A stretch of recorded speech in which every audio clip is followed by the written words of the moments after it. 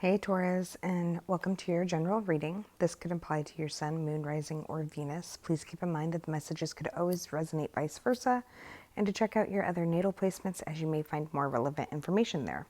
If you'd like to see more readings, check out the Patreon channel. I will provide a link below. All right, Taurus, to begin here, you start off with the Blind Spot Oracle card number 58. And I'm going to go ahead and read this. Bear with me. 58, blinding pessimism. If you have drawn this, it means that in this situation, your pessimism is blinding you to actual reality. There is a reason that we are pessimistic. We are not born pessimistic. It is a strategy we learn to adopt as so to minimize pain. It is the defense mechanism.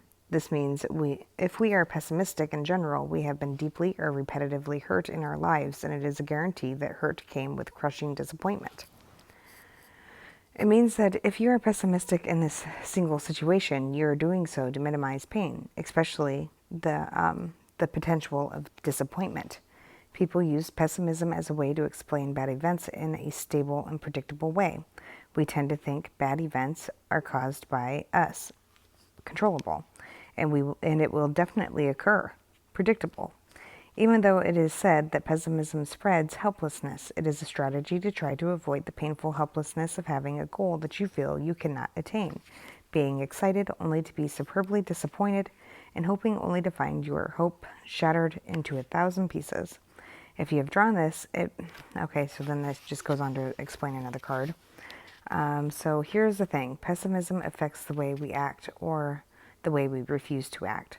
Optimists, as long as they are not using optimism in an active form of denial, tend to pursue their goals persistently, leading them to build effective strategies and resources that enable them to achieve success.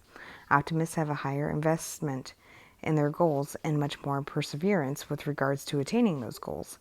In other words, they are happy and healthy and successful, not because of who they are, but because the way they see things causes them to act in ways that guarantee happiness, health, and success. Pessimism is the opposite. Because of this, pessimism is associated with greater anxious and depressive symptoms, resignation, underachievement, and poor physical health. Pessimists often confuse themselves with realists, but if you are pessimistic, you are not a realist. To see what is real, you have to see the reality is made of both negative and positive.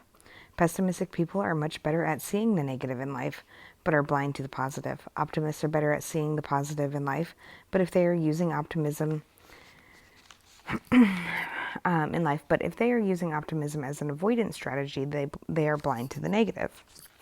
This means you do not currently have a grasp on reality. If you have drawn this, you are not looking at the negative reality in the situation. You are using negative mental distortion to protect yourself, and it's causing you to act or not act in ways that do not benefit you. Ask yourself this question. What would I do differently in this scenario if I knew I had a very real reason to expect a positive outcome and expect the best? So, just from that, it would seem like there may be a situation of which you or somebody that you have interest in or has interest in you would like to move towards you, but it just feels like it would be a failure. All right, so for your cards here, it looks like somebody does want to move or relocate or wants to take a chance towards an action, but they're confused whether or not you're committed, or you're confused whether or not a fire sign, Aries, Leo, Sagittarius, is committed, and if they are committed, if they would have virtue to their marriage, or they feel they're confused or wondering if you would step out of yours. Or this could even be somebody outside of your current relationship trying to do this to your partner.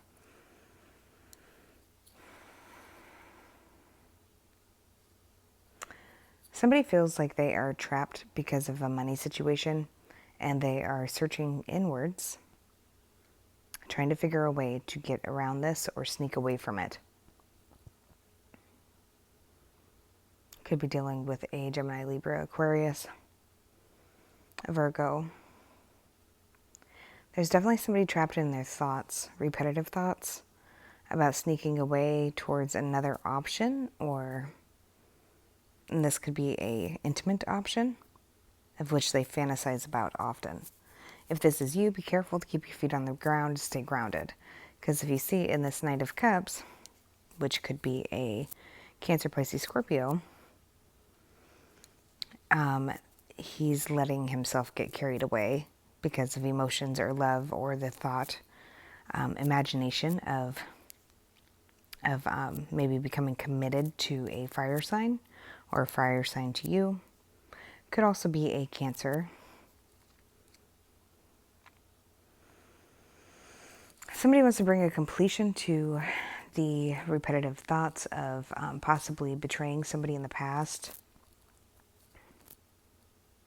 wanting to bring justice back to a situation of which they maybe lacked virtue.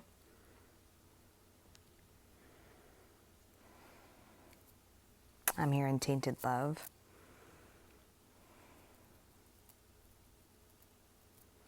Yeah, there's some kind of significant action that somebody wants to take towards bringing some kind of equilibrium with another individual, of which there has been possibly quite a bit of stagnancy.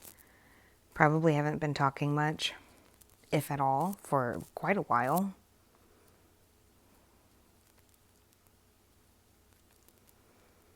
But it's going to have to take quite a bit of courage to approach this person, or this person to approach you, because the way they left the situation is they left they lit your fire and then just left it. Like they may have been involved in another commitment that they had hidden from you.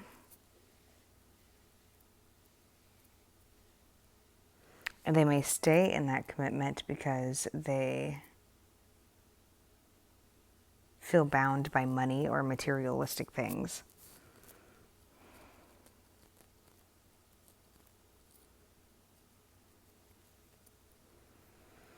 The connection that you had with them, or they had with you, or somebody's had within your connection somewhere, is something that they fantasize about often. It's something that fantasize in a sexual way. And they just can't get you out of their head, can't get you out of their system. They do want to return, because we have the storks here. They want change. They want to return, maybe cut off a Cancer to come towards you, or however that works in your scenario. They're just suffering a lot of blocks because possibly you had stopped talking to them, or they had stopped talking to you. And it's causing a burden because now this person is left with no indicators of how it is that they can reignite that flame again after they didn't tend to it the first time.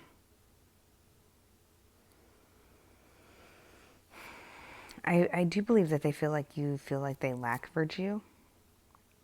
And that, I don't know, I kind of feel like you've began to release yourself from this situation if it's in the scenario that this person is approaching you.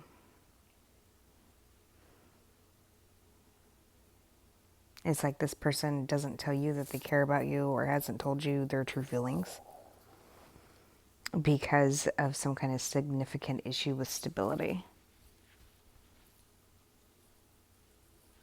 They may have kept it from you that they got married, or you kept it from somebody else that you had gotten married, possibly to a water sign, a Cancer.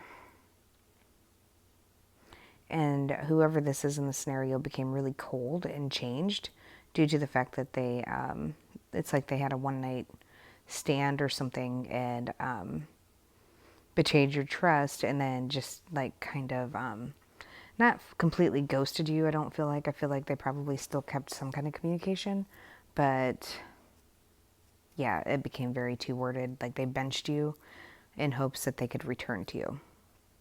All right, Taurus, I'm going to go ahead and take this into the extended. You can find the link to the Patreon channel below in the description box. I'd love to have you over there, but if this is where we part ways, Just if this person's coming back, just be really careful that they don't just repeat everything that they've done before. Hold your ground, make them work, 10 times more than you did before. All right, catch you later.